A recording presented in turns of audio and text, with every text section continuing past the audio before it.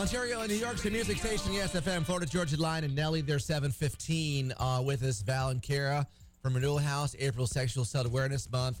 You got to think with your kids, a lot of times if you're, working full time, somebody's watching your kids, but how can you tell that something may not be right with your kids and who's watching your kids? Mm-hmm, absolutely. It's very important to do that screening process when you're looking for daycares. I know I went through that trouble. It's very stressful when you're going back to work. But really doing the screening process, looking into, are they registered daycare? Are they someone you trust? Do they have references? What are their screening processes for your child? Those are always a good place to start. Also keeping an eye on your child. If they're not vocal yet, it's harder to do. But if they are vocal, making sure you look out for these kind of signs, like increased maybe impossible nightmares, sleeping difficulties, maybe some withdrawn behavior, angry outbursts, anxiety or depression.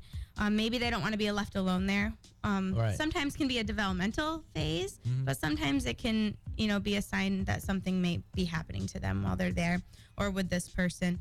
And sexual knowledge, making sure we're using the correct language for our body parts, informing them before they get into these kind of situations so they do know how to protect themselves, and really let have that trust kind of built up between the two of you or however many children you have. So if something did happen or something occurred that they were uncomfortable with, they could come and talk to you about it. Now, if they can talk, what questions should you be asking them? I think listening is a big thing, making sure we're believing everything they're saying and not asking them like, are you sure this happened? Or, really taking in and, explaining to them that this isn't right. This is how we protect ourselves. Who's doing this to you and so on.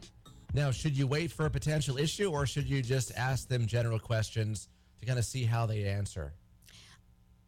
I think, parents have their different judgments on it, but asking and really informing them and asking questions on a weekly basis, monthly basis to make sure that they're protected and make sure that they know the right and wrong things that should be happening. Now, if you think something may have happened, then what are your options? Like we've discussed before, if parents are afraid that something may have happened to their child, they can call us, absolutely. Law enforcement, if they're, very certain that something has happened and they want to go that route, that's totally an option too.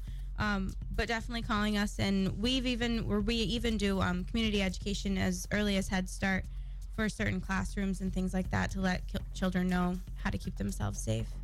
How many cases are we seeing of this where there's abuse going on with a sitter locally? I'm not sure of the certain percentage of that. We are seeing a pretty high rate of children who are affected by sexual abuse. It's, I think, 50% of someone, or 50% of victims is someone that they know. So it may be a family member, it may be a babysitter, it may be a teacher, it may be anyone that they possibly trust and know. So that's why it's important to really educate them as well. And I think one thing to think about too when it comes to babysitters who are watching your kids during the day while you're working, not only the sitter themselves, but who else is coming to the house while your kids are there. Absolutely. Like knowing how many children are allowed to be at that daycare, their children, how old they are, and the age difference is quite a big thing too. So just really making sure that you as a parent are doing that screening process for your child is very important. All right, going to talk about you witnessing a sexual assault or potential assault and what your options are then. That's coming up next. 7:19, Aloe Black, The Man, Yes FM.